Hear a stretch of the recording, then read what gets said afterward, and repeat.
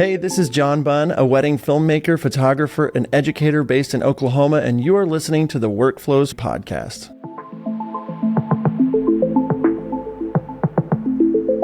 Let me get my eye lined up with you one sec. Nope, the other way. I've got this desk, and I try to match my eye line to yours. There we go. That'll be nicer for edit purpose. Video guy. Isn't it nice having a desk that's adjustable like that? I love it. Yeah. I have my cameras with the Elgato prompter, and that is not attached to my desk. It's actually on a C-stand behind my desk with all my lights and stuff. Yeah. So I could raise and lower, but yeah, the camera stays where it is. I found some kind of clamp to go with this camera, and it just goes with it, and I'm just like, it's changed my life, because I used to have to go over there and mess with it based on how much my back is hurting and how straight I want to sit and stuff, or if I want to stand. So anyway, I'm a dork. I'm quiet now. No, I love this stuff. This is one of the reasons why I really wanted to start the podcast in the first place. Was I'm obsessed with workflows, and something as simple as how you mount your camera to your desk for people who do a lot of video calls or podcasts or whatever it is. It's a simple thing that really can make a big difference. Yeah, for your workflow overall, right? Absolutely. I'm here for all of it. So, I mean, I went as far as I've got Apple shortcut to adjust all my lights with a click, and it's also on my Stream Deck, one button, just so everything's in place with no effort. So. Same. I think we might be friends. Did we just become best friends? I think so. I'm pretty sure that's how it went. So I'm excited to dive into video today, because for those listening who may not be aware, Imagen is launching a video app as well. We've had the photo app for over 4 years at this point, and video, while it may be new to Imagen behind the scenes, it's existed for over 4 years. It just hasn't been touched in over 4 years until more recently. John, you may not have known that either. I did not. But so we have 3 co-founders, and when Yoav, the co-founder that actually started Imagen over 4 years ago himself, when he coded the original prototype, he coded some video aspects to it as well. Cool. So like, it's been there in the underlying infrastructure, just dormant. So it's exciting to see some movement on it. So I'm excited about this because, for one, you are a videographer, right? You not only film weddings. Now, correct me if I'm wrong. Is film still the terminology, the right word to use? You might make some people mad. I mean, a lot of people call themselves filmmakers, but they're making cookie cutter things. A lot of people call themselves cinematographers, videographers. Right. My favorite is videographer. But I mean, it depends on who I'm talking to. If I'm talking to other wedding filmmakers, I will say I'm a wedding filmmaker. Mm-hmm. If I'm putting it on the internet or as like SEO, it's wedding videographer. I try not to take myself too seriously. I'm not too romantic about either of it. I don't need to. It's my art, so I'm this guy. But, the true filmmakers, I think probably are frustrated with other people saying filmmaker, because it's a lot of times not really a film. So Right. Yeah. And like the fact that it's not even on film anymore, the fact that it's purely a digital thing, I don't know. It's one of those things like when like my parents and stuff, we're at a family thing and we've got our phones and they're like, hey, did anybody film that? Mm-hmm. Nope. But I got it recorded. I digitized that. Yeah. Digitized. Anyway, so not only are you a filmmaker, a videographer, but you're also doing photography at weddings. You're also teaching wedding videography and filmmaking to other creators. Mm-hmm. So it's really exciting. You have a lot going on, and I'm curious if we can dive into one thing in your video workflow that has been working extremely well for you. Now, I know that you've been using Imagen for photo for quite some time at this point. It's been working well, and you're actually in the beta testing group for the video side. And I know that Imagen will, once we have the personal profiles in there's going to be a lot that you'll be able to dig in to really get it, fine-tuned for yourself. But I'm curious overall, one thing on the video side that has been going really well in your workflow, wherever it might fall. Yeah, and thanks for the intro, having me here. I am, in my intro, I did say I'm a wedding filmmaker. I'm a photographer, videographer, educator, podcast host and stuff myself. And I get a unique perspective of talking to tens of thousands of wedding videographers and teaching them and hearing what's working for them and stuff. And so when you guys asked about me being on this, I was super excited. And as a Imagen user and ambassador, I was like, heck yeah, let's do it. So thank you for that. As far as like my workflow now, this is my 19th wedding season. And so I've personally filmed, videoed over 500 events at this point, 500 weddings. Had a lot of wedding cake, and I've been just all over the world shooting weddings. And so different seasons in different parts of my business workflows have changed. I used to be the sole editor. I've had employees. Right now, I hire an outsourcing company to do most of my editing for me. So like the workflow that has really been working for me and is actually my partners in outsourcing right now. Like I'm able to, like I filmed a wedding in Dallas, Texas 2 weeks ago. And we had several nights, Thursday night welcome party, Friday night rehearsal, Saturday wedding. And at the hotel every night, I'm uploading all the footage to Dropbox, and they're giving me next day teasers that I can color grade, that I can put a final touch on. But like that workflow of me being like, I know that as soon as I get to the hotel room or as soon as I get back to my office, I'm able to get that uploaded to Dropbox or wherever.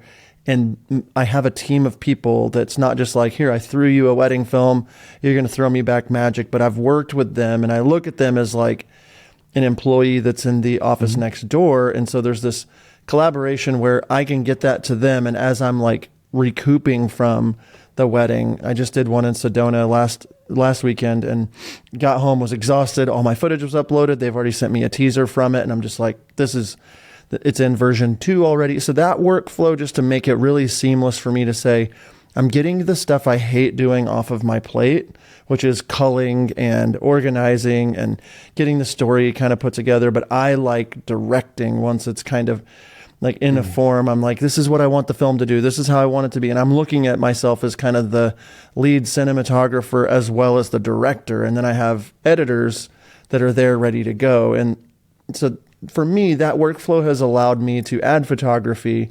And, with photography, Imagen I did a shoot last night and it's like, it's almost done already. And I haven't done anything yet. And so, but like the workflow side of things, I am addicted to efficiency. I'm an Enneagram 3 and I want things to be very efficient and very organized and very, I love when things are happening behind the scenes when I'm not physically doing the work. And so what that does for me is allows me to get back a version 1 of that wedding in Texas already. And it's their 10-minute film. And I'm like, here are my 100 notes on it. Like I can be fresh, say, make these changes, do this thing. They give me a version 2 and then I say, great, give me the project file. I'm going to color grade. I'm going to do all this stuff to kind of take it over the top. But like that workflow in itself has freed me up about 40 hours per wedding on the wedding film video side of things. And so I'm going to have to say that that's my favorite currently right now in the video world. And you mentioned the beta color grading and I'm sure we'll end up talking about it, but that's kind of the cherry on top for me. It's been so helpful already, just not having to spend the countless hours going into my log footage and every single clip and making it. So anyway, I don't know if that answers all the question for you. Yeah, it does. I am curious, a couple things. One, the team that you're outsourcing, that you're doing a Dropbox dump of the video files, they're doing the initial cull and getting you back teasers each day. Is that team overseas? Is that team back at home? Is it people that you've met in person? It's only been a virtual thing? Like how does that? Yeah. What's that look? So I found a company online. They ended up becoming sponsors of our podcast. I've been friendly with them for 8 years. Slowly started to send them projects, ones that I kind of didn't want to do.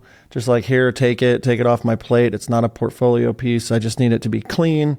I need it to, and just working alongside their team, they kind of became my team. And so I've met the CEO, the owner, a handful of the employees in person. They've been at retreats that I've been at, building relationship. And from there, it is like there's a lot of them that are overseas. There's a lot that are in the States, but there are 2 or 3 editors that have all of the notes and understand my style and understand. And it's a lot of give and take, a lot of feedback where I'm not just like, I don't like that. I'm like, hey, the greens need a little bit, cooled down or whatever. Or, hey, I don't love the exit sign in the background, or just little things that are, so it is a process. Like it's taken a year or so to like really get them kind of all on the same page to where I know as soon as I upload that footage and give it to them, they've got songs figured out for me that they know I will want. They know how to cut it to make it look luxurious and high end and elevated and all these things, so that boom, that next day I've got a 15-second little thing. And then like within a week I had a 1-minute teaser, and then with 2 weeks they were done. And, during that time I'm able to go do more photo shoots, do my sales calls, do all the things that I want to do. And some people love that side of things. And I think that's what I would say to the listener. It's like, where do you have a bottleneck of things that you hate that you keep saying you're going to do? And how can you create a workflow, or how can you create a system that it gets done for you, or without you having to, like I don't mow my own yard because I can, that's not because I'm lazy. I actually enjoy it, but it's like, we have 3 acres. It's a big yard. That's a big I'm yard. paying somebody, and I'm going to be able to either spend time with my family in the pool or edit. It's like I can hear the lawnmowers buzzing by my office. I'm like, okay, great. That's taken care of. It's not a 6-hour process, and I'm exchanging dollars for time. And to me, as an efficient Enneagram 3, it's like, man, if I can pay $150 to go get somebody to mow my yard, what can I be doing with that time? And same thing with the edits. They're not just throwing me an edit that's random. They've studied my style. They know what's important to John Bunn Films, and they don't hit the mark ever. It's always like 80%, maybe 85% of the way there. Then I chat with them and get them across the finish line with the film. And it just allows me to be able to create things I never would have created. Yeah. It's funny. You bringing up like things that you might enjoy but don't want to do, so you get that time back with the family, whatever it might be, right? So my wife and I do that for house cleaning, right? We pay for somebody to come and clean our house every 2 weeks, because otherwise we've got one day that's a weekend day, the only day that we could do it, wiped out. That's all we're doing the whole day, right? So to us, it's like we'd rather spend the money so that we could go to the playground with the kids or go swimming or whatever it might be. Whereas mowing the lawn, I don't have 3 acres, but enough that I needed a ride on, and that's outsourcing as well.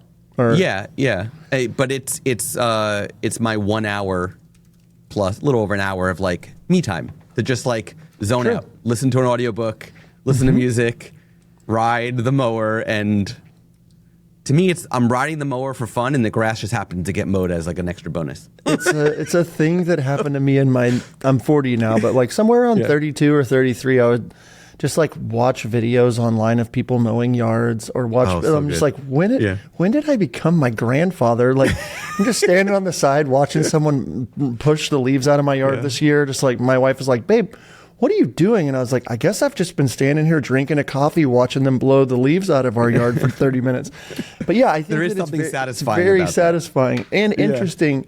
Like like Atomic Habits is one of my favorite books, and just like creating habits that trigger rewards or create things that trigger the next good thing. A few years ago, I really I'd gotten up about 20 pounds heavier than I wanted to be.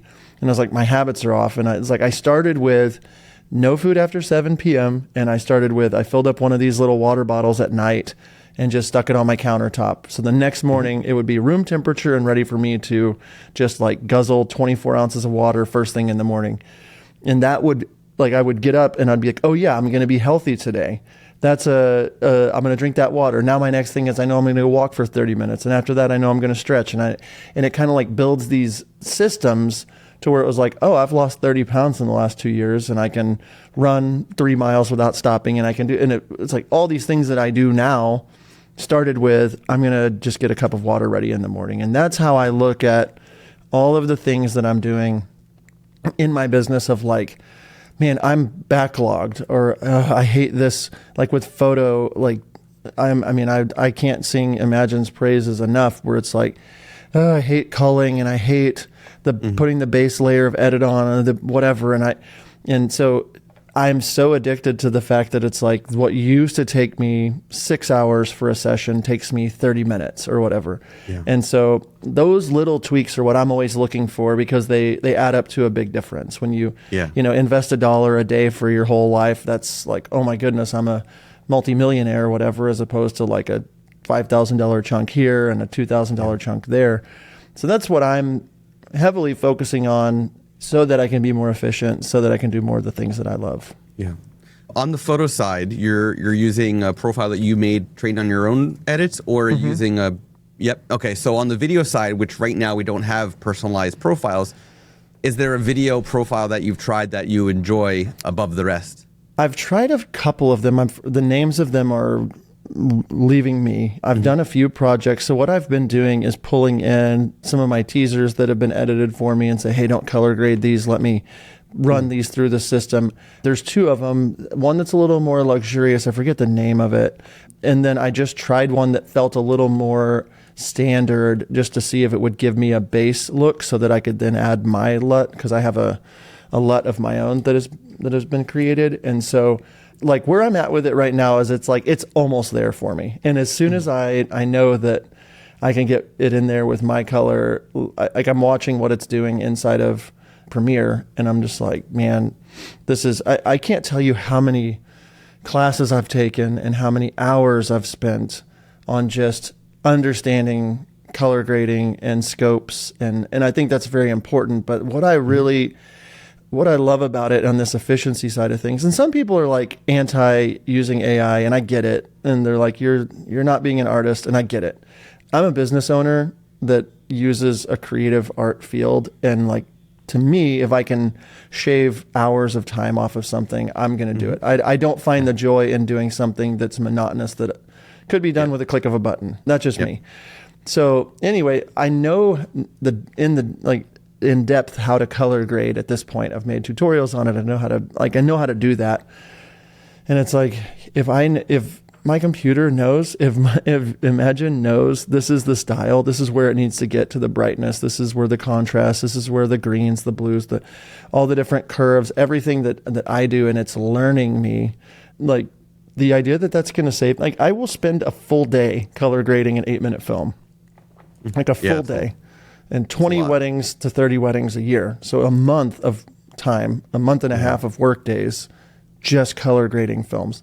And so, the two, I forget the names. If you said them, I would know the names that stand out. There's True to Life, Motion of Light, Natural Flow, Visual Drift, Harmonica, Frame One, True Form might be the one you're thinking, Prime Motion, and Modern Muse. Yeah, I think True Form, and there was one that's True to Life, I think, so that I tried. I'm still messing with it because it's new, of course. But yeah, I was very skeptical. Like, what's this going to do, or how's it going to work? And just the way that it runs through media encoder and all the different things that it's doing, I'm just like, okay, this, like, I didn't know what to expect, because video, as you know, video is a completely different ball game than photo. I mean, photo you can shoot raw, and video you can shoot raw, but most people don't, and I don't, just because I don't want to have 5 terabytes per wedding of footage, but.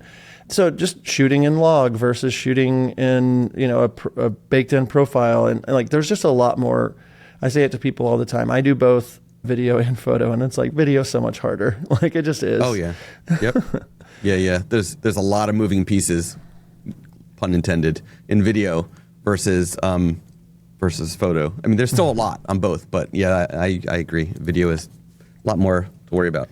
Any other workflow aspect? I'm actually curious, because I do technically, I guess I do hybrid, because I photograph proposals, and when I do it, I've got GoPro, I've got an Insta360 Go 3S, So like I'm recording video at the same time, but it's not my focus, right?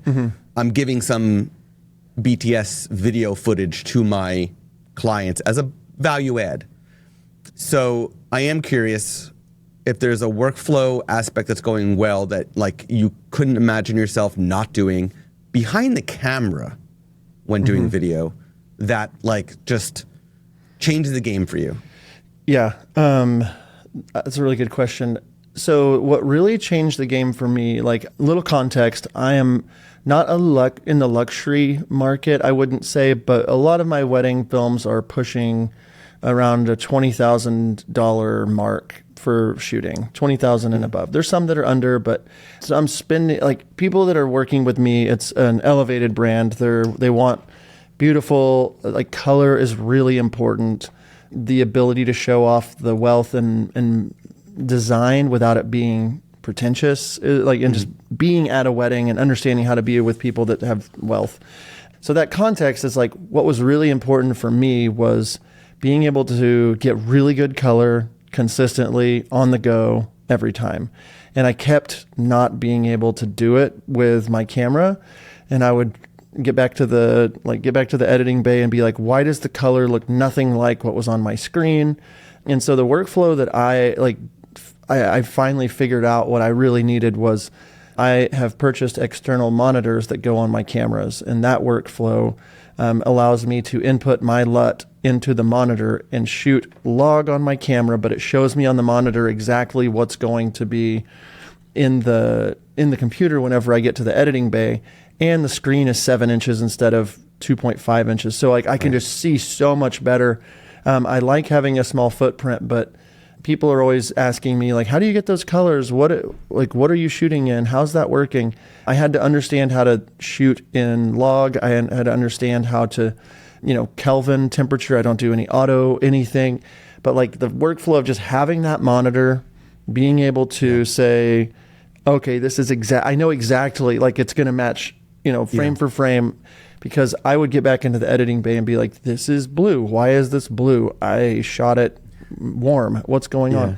And then I was shooting an auto white balance and different things like that. And so updating like my education so that I could, like a lot of people just buy tools, say, I got a new light. I got a new drone. Why am I not? And it's like, well, you didn't learn what was going on or how to really use the equipment. And so to me, that was just a one that came straight off the top of the head of like shooting on the wedding day. It allows me to get that beautiful cinematic, luxurious footage that I know that I'm in focus, movement, live events. I like shooting at low apertures. And so like, I would think I was in focus on a shot on my little LED. And then now with the 7-inch monitor, I've got focus assist and different tools in there. It's just like, I'm locked in. I know I'm not overexposed. I know like all these things. And it's just become a natural part of me being able to say, run and gun. I'm able to get very consistent colors. And whenever I started really getting consistent colors and consistent look in my films, that's whenever I was going from, a $7,000 to $10,000 to up to 20 or above, like really honing that in alongside my brand, of course.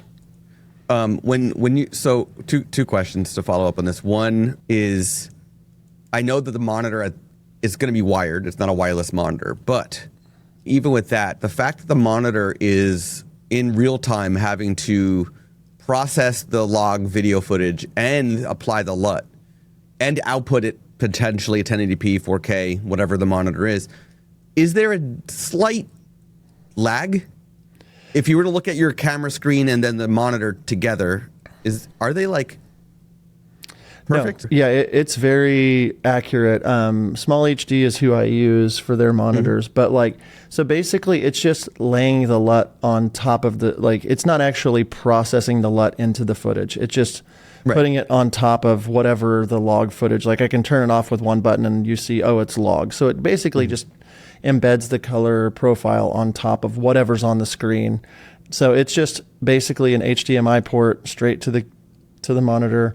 So there's no lag. It's not getting hot. Great. It's not. I mean, awesome. They're expensive. I think that monitor is almost $2,000. The one that I have, just So there are cheaper ones out there. I haven't used those. You also mentioned like 20K for a wedding, right? Is that just doing video, or is that video and photo? It depends. Most of the time, like my video, like I started video in 2007 and built a brand with that. A couple of years back, I brought on photography, and it hasn't quite caught up to the prices that I was charging with video. And so video typically, like I did a wedding last year that was 2 days in Oklahoma, 2 days in Oregon. It was just video. They had an Indian ceremony in Oklahoma and a Western ceremony in Oregon. I think I charged like 36K for that. And that's technically like 2 weddings in one. A lot of the weddings last year were like 1 day, anywhere from 18 to 22,000. I'm sorry, video only 18 to 22,000. This year I lowered prices a little bit. The market felt a little stale for me. I wasn't getting the bookings I wanted. So I lowered my video prices to anywhere like 12 to 15 kind of starting out.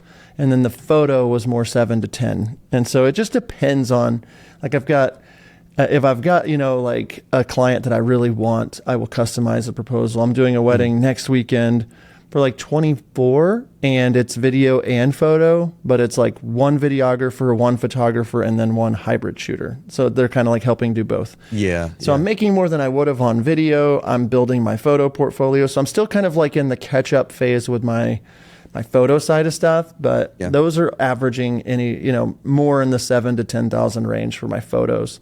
And I've been willing to lower. I mean, the pricing is incredible. Like the fact that you're making that on weddings, especially in 2025, right? Where it's, as you said, like it's a lot of people are struggling just to book, right?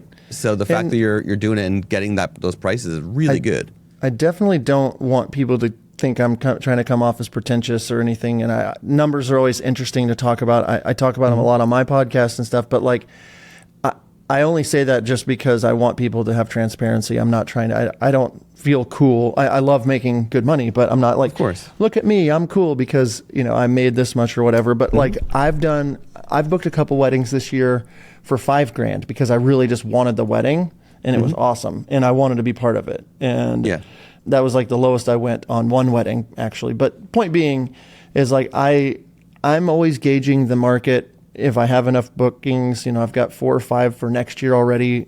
So I've been like keeping my prices high. But if I had none, by the time November got here, I'll be pulling those prices back down. So it's always but also like give and take. You're working your butt off, right? You're putting out quality work. So you've obviously built the reputation to keep getting bookings at the prices that you want. And as you said, sometimes you reduce the prices. So there's give and take, and I think it's really cool to see that, like I said, in 2025, right? You're still able to do what you want, how you're doing it, and it's been the most work that I've had to do in the last 10 years to get the bookings that I was kind of wheeling and dealing in October, November to get a handful of bookings for this year, and then like really showed off those bookings on social media. And if you want to book me, in every day in my stories, new couple just signed, new couple. So people that were on the fence, it kind of built some urgency.